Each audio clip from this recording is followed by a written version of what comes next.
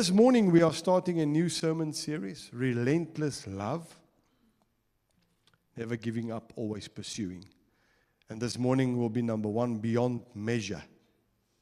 4 sermons, 1 unstoppable love. AI is next level. It's me and AI. Not too shabby, age, but it's beautiful. It's beautiful. I think it's beautiful. So we're starting a new sermon series. Today we're talking beyond measure. We can say so much about the love of God. But I'm just going to touch on some things. My heart is to get you into thinking, to get you to go into the Word, get you to discover the love of God. But before we start, our theme for the year, stand fast, stand firm. 1 Corinthians 15:58. NIV, therefore, my dear brothers and sisters, stand firm. Let nothing move you. Always give yourselves fully to the work of the Lord, because you know that your labor in the Lord is not in vain. Afrikaanse ou vertaling sê, daarom my geliefde broeders, wees standvastig, onbeweeglik, altyd oorvloedig in die werk van die Here, omdat julle weet dat julle arbeid in die Here nie te vergeefs is nie. So let's start this morning, and I think if you and I want to say, if the church can grasp the love of God, if we can really get to the bottom of it, and we'll never get there, but it will change how we live our lives on a daily basis. We won't live under condemnation. We won't live looking over our shoulder. We won't look at other people and say, I want that and they are that. If we grasp, we really grasp. We say we love God. I love God. My heart wants to love God. I know you love God. Those who are watching and listening says, I love God. When push comes to shove, do we really love God? Or is it a God that's conditional? I love Him because He can heal me. I love Him because He can supply my need. I love Him, or do I just love Him? The biggest lie, one of the biggest lies that people face is God doesn't love you. That He's mad at you. God is disappointed in you. You've let Him down, etc. And you can go on. You can put your own thing in there. But let me tell you that there's confidence and boldness that comes with genuine love. You've just got this confidence. He loves me no matter what. But we don't love Him unconditionally. We love Him conditionally. And we think that He loves us back in the same way. No, He first loved us unconditionally. While we were yet sinners, Christ died for us. So unconditionally. So the essence of all human life stems from being loved and loving others. That's what life is about. So our text for today, Ephesians 3:18-19 in the New Living Translation, it says, and may you have the power to understand, as all God's people should, how wide, how long, how high, and how deep His love is. May you experience the love of Christ. Through it is too great to understand, though it is too great to understand fully. Then you will be made complete with all the fullness of life and power that comes from God. When I can grasp this love, when I can understand it, I will be made complete. Everything is in me already perfect. But when I come to know this love, I will be complete. Understand or comprehend in this verse literally means to take hold of something and make it one's own. To take hold of something. So he says, and may you have the power to understand.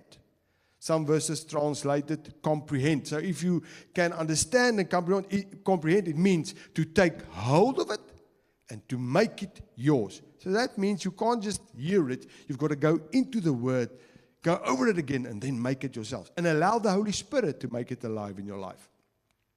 Otherwise, everybody knows God loves them. You can ask anybody, oh, God. But does God love me? He loves. But does He love me? I don't know if God loves me every day with the things I do. No, He loves you unconditionally.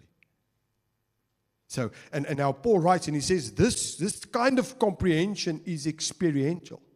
You've got to experience this love. You've got to be in a situation where you think you're not loved and experience that He loves you and know that He loves you no matter what. Then this. So Paul encourages, he says, you've got to meditate on this. Get hold of it. Take hold of this. You've got to study this. It must drop in your heart. If I think on how can we get a glimpse of this love of God, is maybe when your first child is born. Jy sien daai ou klein dingetjie, lelike ou dingetjie, net. Everybody says, ooh, the babies are so beautiful. Is it? No, I don't think so. And I had plenty, en ek het klein kinders ook, I don't see anyone coming out of there looking lekker. Nee. It's after a while they start looking like a human being and stuff like that. Nee. So you get beautiful babies. They come out with lots of hair and everything, and oh, you're cute, it is beautiful, and you think, oh dear. But that's net. I mean, uit 'n mama se maagie, I mean, they don't look fresh. But that first child that's born, and then all of a sudden there's just this myne. And he passed up met 'n ou klein dingetjie in sy arms. Man. And then you find out, I will defend, I will protect, I will give a limb, I will give my life for this little thing. And this is just a glimpse of His love for you and me. And you think there's nothing that you won't do for your child. I'll go hungry as long as my children have something to eat. I'll go hungry just as long as my kleinkinders, my grandchildren just have something. Ek sal myself tekort doen, en sal haarself tekort doen. This is the love I will do. Yet, I think this is one of the closest things you can get to experience the Father's love. Yet, it only scratches the surface of the love that the Father has for us. Because daai einste klein dingetjie, sometimes when they grow up, you don't want to love them anymore, you want to verwrig them. And you can't think that klein dingetjie, Jesus.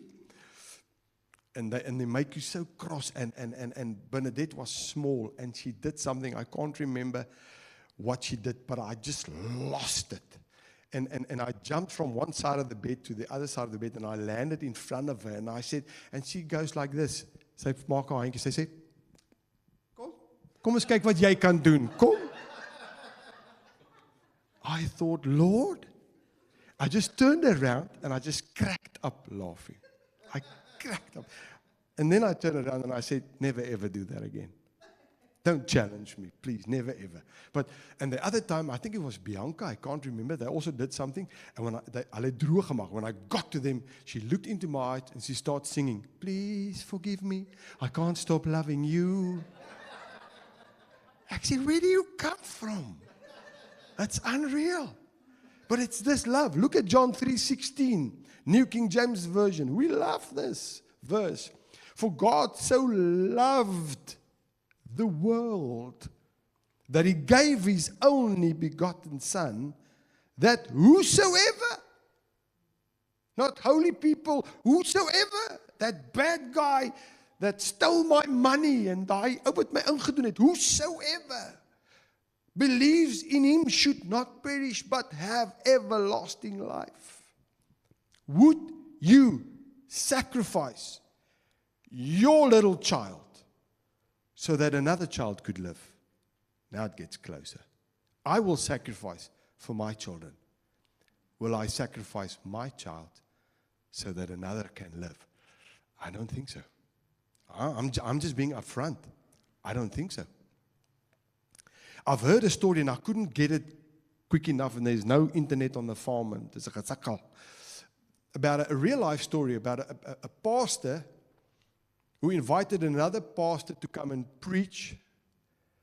And the pastor, I can't remember, it's something like that. And this pastor preached, and then he told a story about another man that, I think they were on a ship, and he was a pastor, whatever, and his child was born again, and they were shipwrecked or something. And there was another, this friend of his son was swimming, and he was going to drown, and he had to make a choice. Will he let his son drown, or will he let the friend drown? But he knew that his son's life was sorted out with the Lord, and he made the decision to save the other boy because he did not know the Lord. This is like a real life story. You can go and Google it. And his son drowned, but he went to be with the Lord, and the other guy got saved. And the other guy was the pastor that preached that Sunday morning.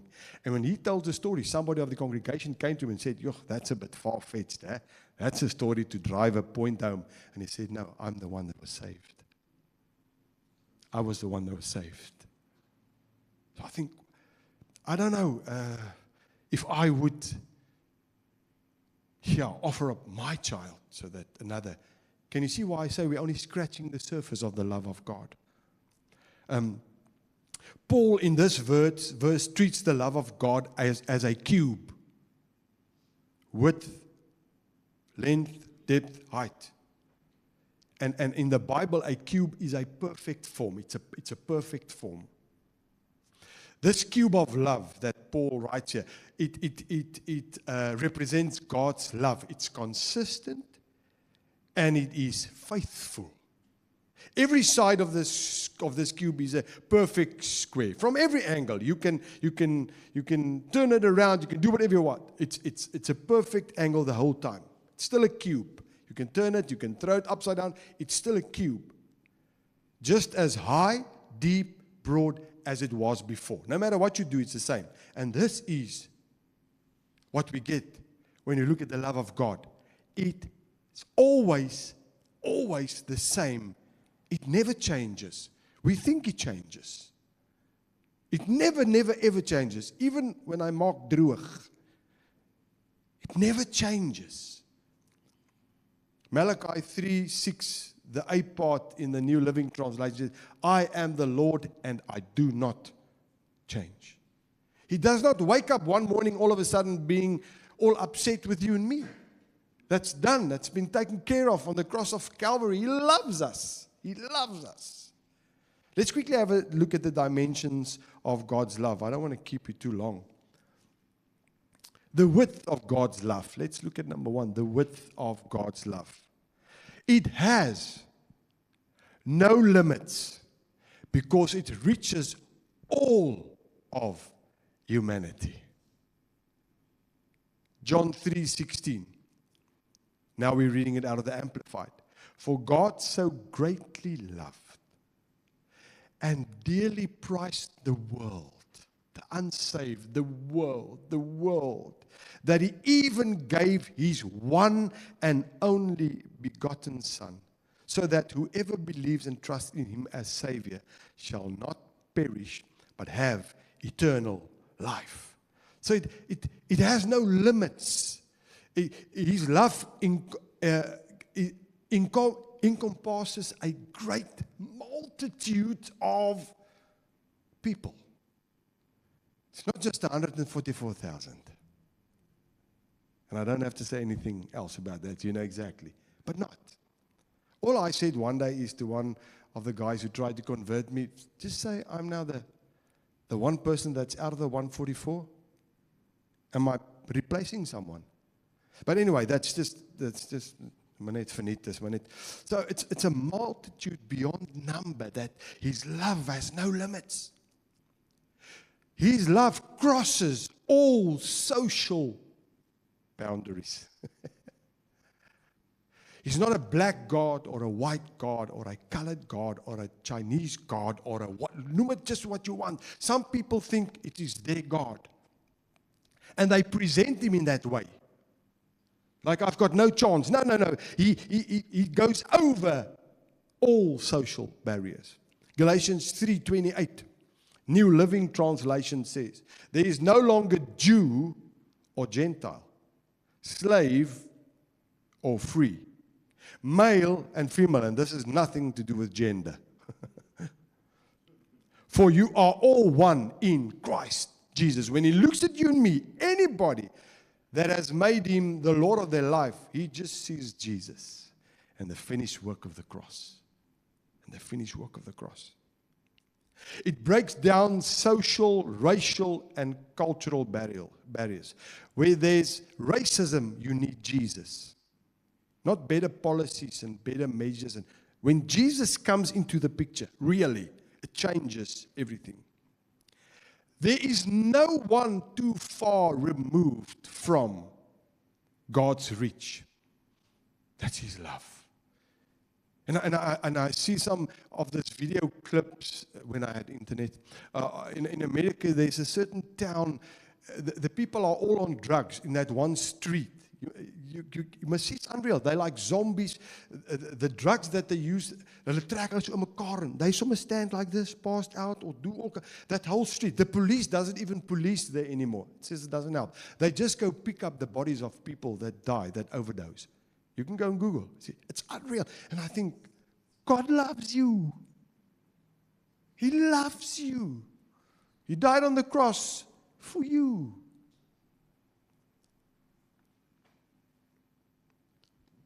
It reaches the lost and the forgotten. His love reaches the lost and the forgotten. That's how wide His love is. Luke 15 verse 4, Amplified says, what man among you, if he has 100 sheep and loses one of them, does not leave the 99 in the wilderness and go after the one which is lost, searching until he finds it? God sees you. He knows you are missing. He knows you are hurting. He knows you are confused, and He's reaching out. That is His love. There's nothing that can block His love. That's the width of His love. And then His love removes our sin into oblivion. We think that God forgives us, and He thinks about, when He comes to Him, He thinks, oh, but remember what you did yesterday. No.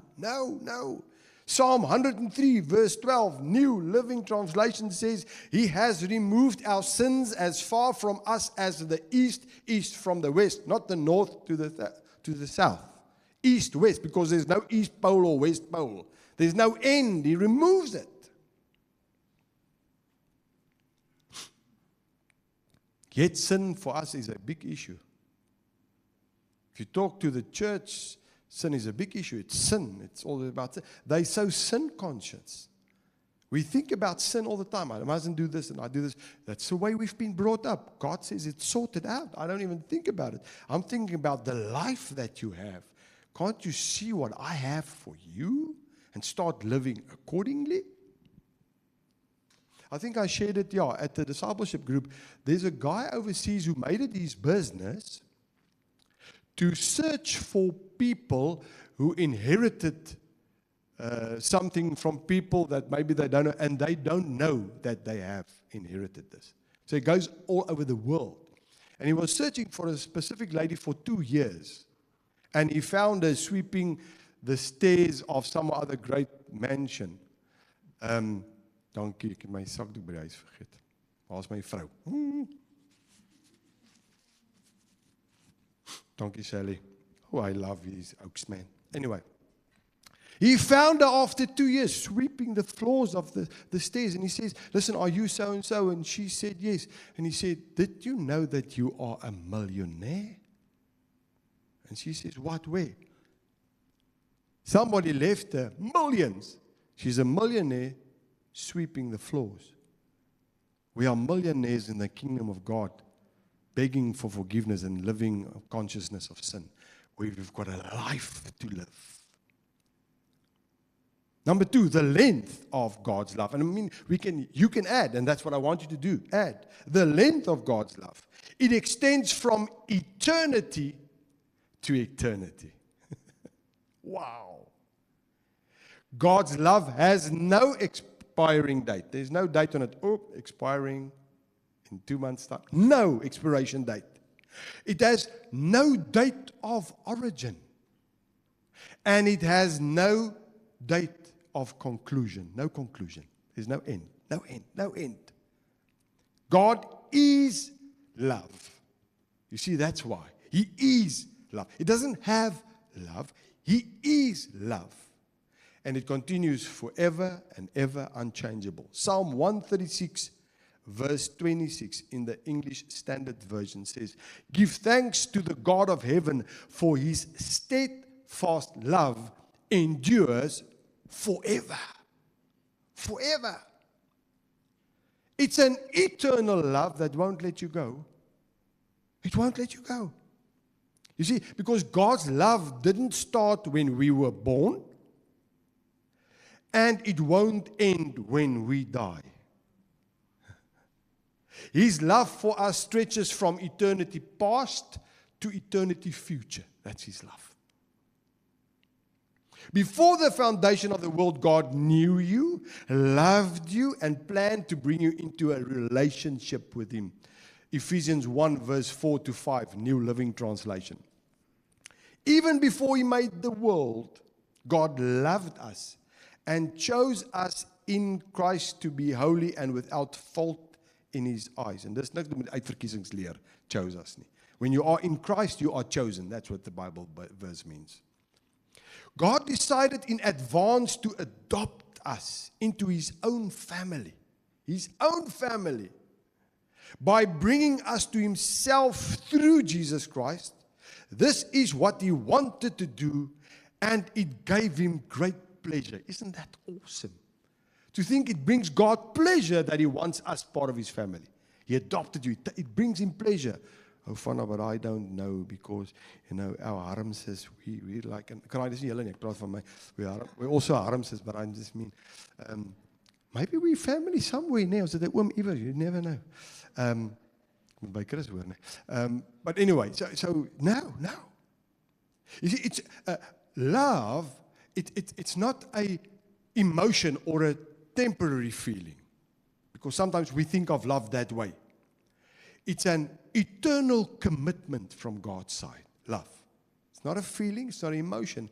It's an eternal commitment. He loves us. God's love for you does not diminish when you make mistakes or wander away. When we do something wrong, God's love doesn't go, meow. The prodigal son, what a great story of a father's love, waiting for his son to return. Every day, standing on the veranda with his binoculars looking out for his son. When are you coming home? I'm waiting for you. I love you. Son is squandering all the money away, having a time of his life. When the money ran out, the friends ran away, ended up looking at watching pigs. Was so hungry, said, my father's servants are treated better than what I'm getting now. If I can just get back home. From afar off, the Bible says his dad saw him and he ran.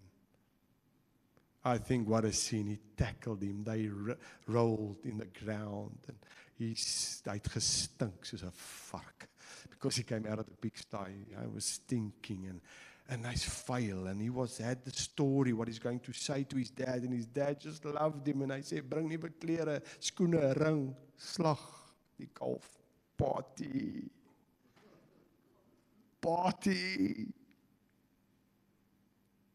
The son thought, I hope my dad will take me back.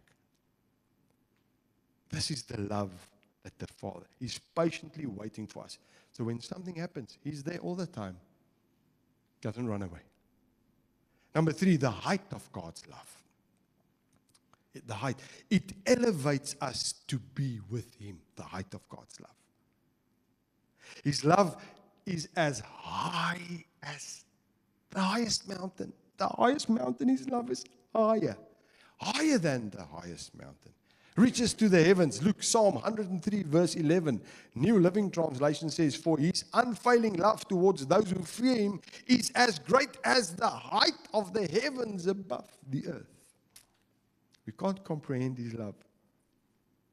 There is no sin that His love does not cover. No sin that His love does not cover. 1 Peter 4:8, Amplified Classic. Above all things, have intense and unfailing love for one another. For love covers a multitude of sins. Forgive. And Mark het nie toe nie. Look at what explains. It forgives and disregards the offenses of others.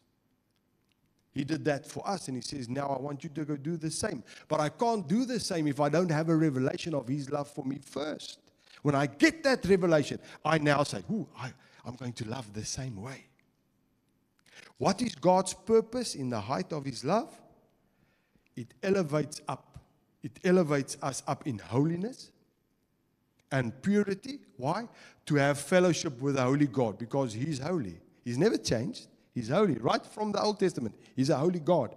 How can we be in fellowship with Him? Ephesians 2:6, Amplified Classic. And He raised us up together with Him and made us sit down together, giving us joint seating with Him in the heavenly sphere by virtue of our being in Christ, Jesus the Messiah, the Anointed One. The moment Christ is my life, I'm in Christ, He's in me. I've got joint seating in heavenly places. I have fellowship with the Holy God. Why? Because I'm holy, sorted out and everything. Find out, but you don't know what I do. And the mistakes I make. It doesn't matter. I'm holy. Why? Because of the work of the cross of Jesus Christ, not anything that I did. That's why I've got to be in Christ and He's in me. He died a criminal's death and took our place and our punishment. Because the height of God's love was demonstrated when Jesus was elevated on the cross. And He says, I'm going to take you higher. Number 4, let's finish. The depth of God's love. It was demonstrated through Christ's sacrifice. It was demonstrated through Christ's sacrifice. Romans 5:8, Amplified Classic. But God shows and clearly proves His own love, agape love, for us by the fact that while we were still sinners, Christ the Messiah, the Anointed One, died for us. We couldn't do anything. We couldn't benefit Him. We were just in our sin doing our own thing. And He says, I love you. All I want you is to realize that and then turn to me. Jesus abandoned. Just think of this. Sometimes we just read of it, but we don't ponder on it. We don't think about it. Jesus abandoned His throne in heaven, being part of the Godhead, being God, to lower Himself, to put Himself in flesh, because He had to save us in the flesh. He couldn't do it in another way. That's why He became flesh. Philippians 2, verse 7 to 8, New Living Translation. Instead, He gave up His divine privileges. He took the humble position of a slave and was born as a human being. When He appeared in human form, He humbled Himself in obedience to God and died a criminal's death on the cross. Hebrews 2:14 to 15, New Living Translation. Because God's children are human beings, made of flesh and blood, the Son also became flesh and blood. For only as a human being could He die, because as God He could not die. Because only as a human being he could die, and only by dying could He break the power of the devil, who had the power of death. Only in this way could He set free all who have lived their lives as slaves to the fear of dying. He came as a man, left heaven, left all His privileges. This is love demonstrated. How can we not love Him? When He left heaven to be a human because He loves me. And He said, Fana, you won't make it. If I don't do it this way, you won't make it. Wow. It's enough to make you jump over klomp goeters. The depth of God's love goes to the bottomless pit of our sins, our misery, and our sorrow to meet us there and bring us out. It doesn't say, you must first do this and then. No. He says, I'll meet you where you are, and I'll bring you out. Wherever you are, I'll meet you there, but I'm not going to leave you there. Psalm 40 verse 2, New Living Translation. He lifted me out of the pit of despair, out of the mud and the mire. He set my feet on solid ground and steadied me as I walked along. There's an old Pinksterkoortjie wat ons gesing het. He set my feet on the rock to stay. It's this verse. He did that.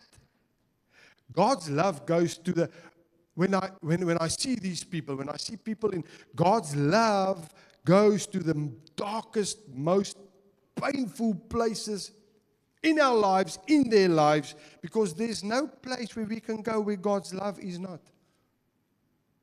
There's no place we can go where God's love is not. Even if we experience something else, His love is there. His love is deep enough to lift us out of that deep despair, the depth of His love.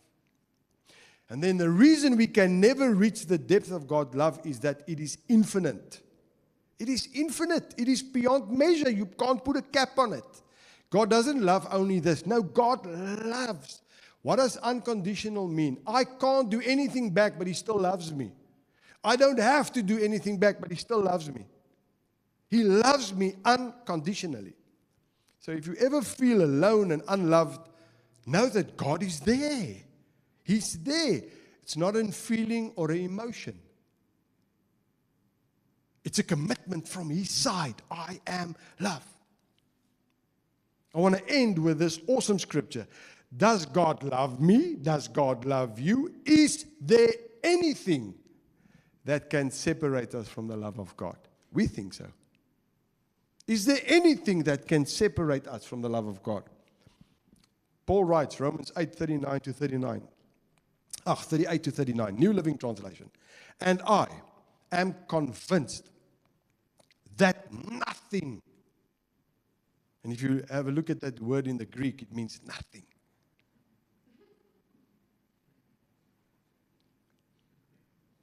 Can ever separate us from God's love. Neither death nor life, neither angels nor demons, neither our fears for today nor our worries about tomorrow. Not even the powers of hell can separate us from God's love. No power in the sky above or in the earth below. Indeed, nothing in all creation will ever be able to separate us from the love of God that is revealed in Christ Jesus our Lord. Nothing. Not even your sin, nothing can separate you from the love of God. If we start grasping, this is just the intro into the sermon series. If we can start grasping this, that there's nothing. It doesn't mean, oh, now I'm going to live like I want to because He just loves me. Let's go for it with everything I wanted to do. Now I'm going to do it. Then you're not really born from above. But no matter what, there's nothing that can separate you from His love. He loves you. A cube. I want you just to remember. There's a slide of a cube, JJ. You want to, well, in my presentation, there's supposed to be. Did I put it in there or not? Can't see it. If it's there, then I did it there and it never updated. Like I said, there's no internet. Doesn't matter. I had a little cube with a heart on it. And on all the faces of the cube, you can turn it, you see the heart. Put it upside down, you see the heart. You can throw it like a dice. It falls, the heart. This is God. This is God. And I want you to, for this week, to maybe just picture a cube. Maybe picture a dice, not with numbers, but with hearts.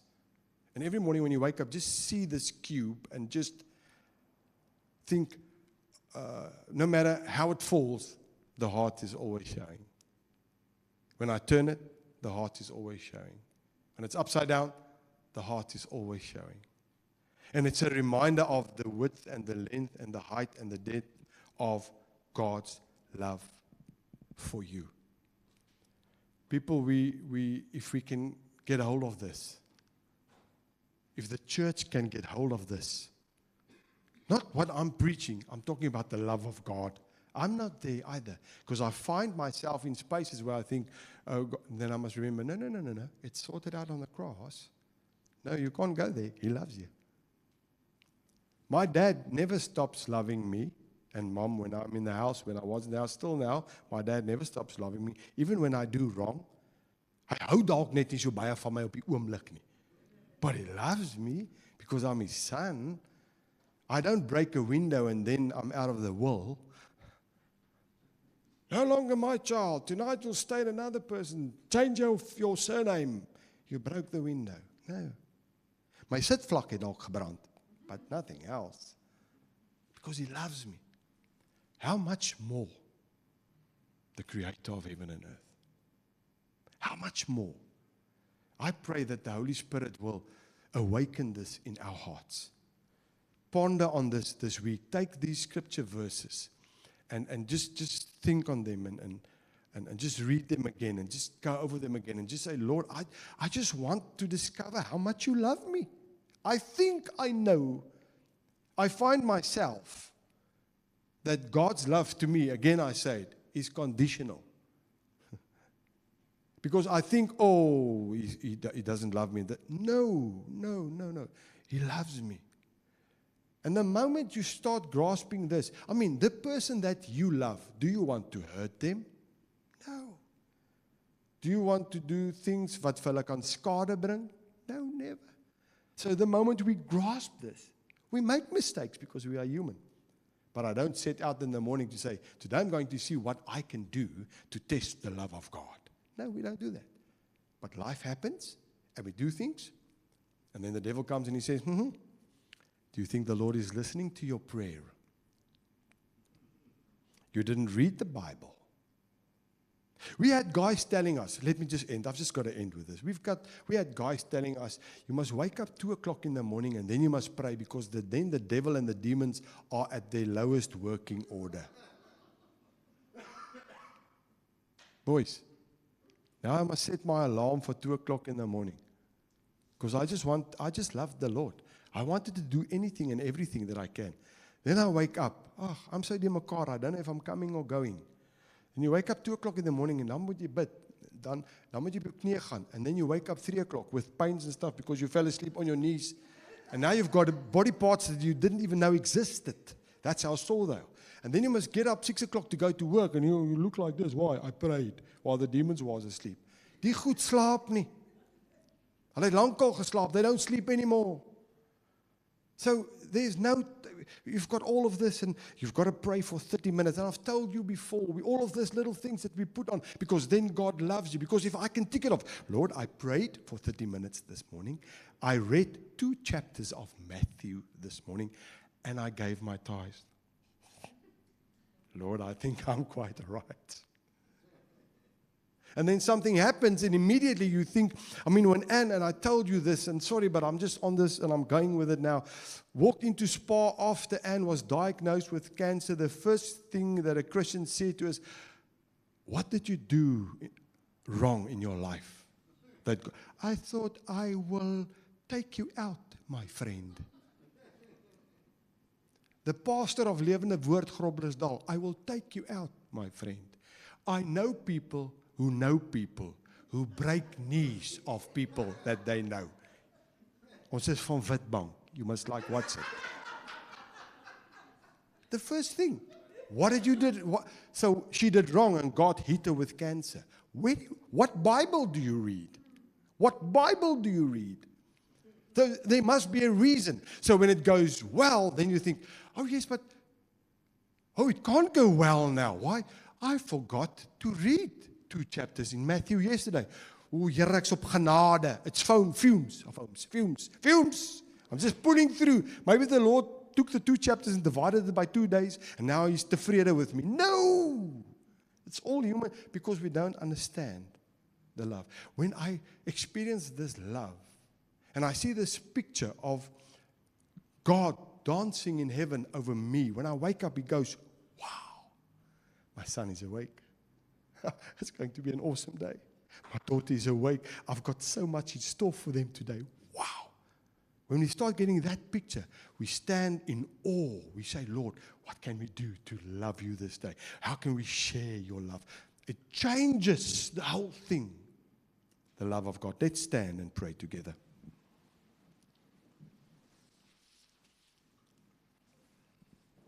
Father, we come before you and we've all got different pictures of your love. I pray that the Holy Spirit will enlighten our lives with the true love of God, that we will comprehend this unconditional, everlasting love that's got no end, no beginning, that we will get hold of that we will meditate on that it will become part of our lives because it is beyond measure. That's how much you love us. And when we become love and God conscious, a lot of other things will disappear. If we can see how much you love us, we can love others.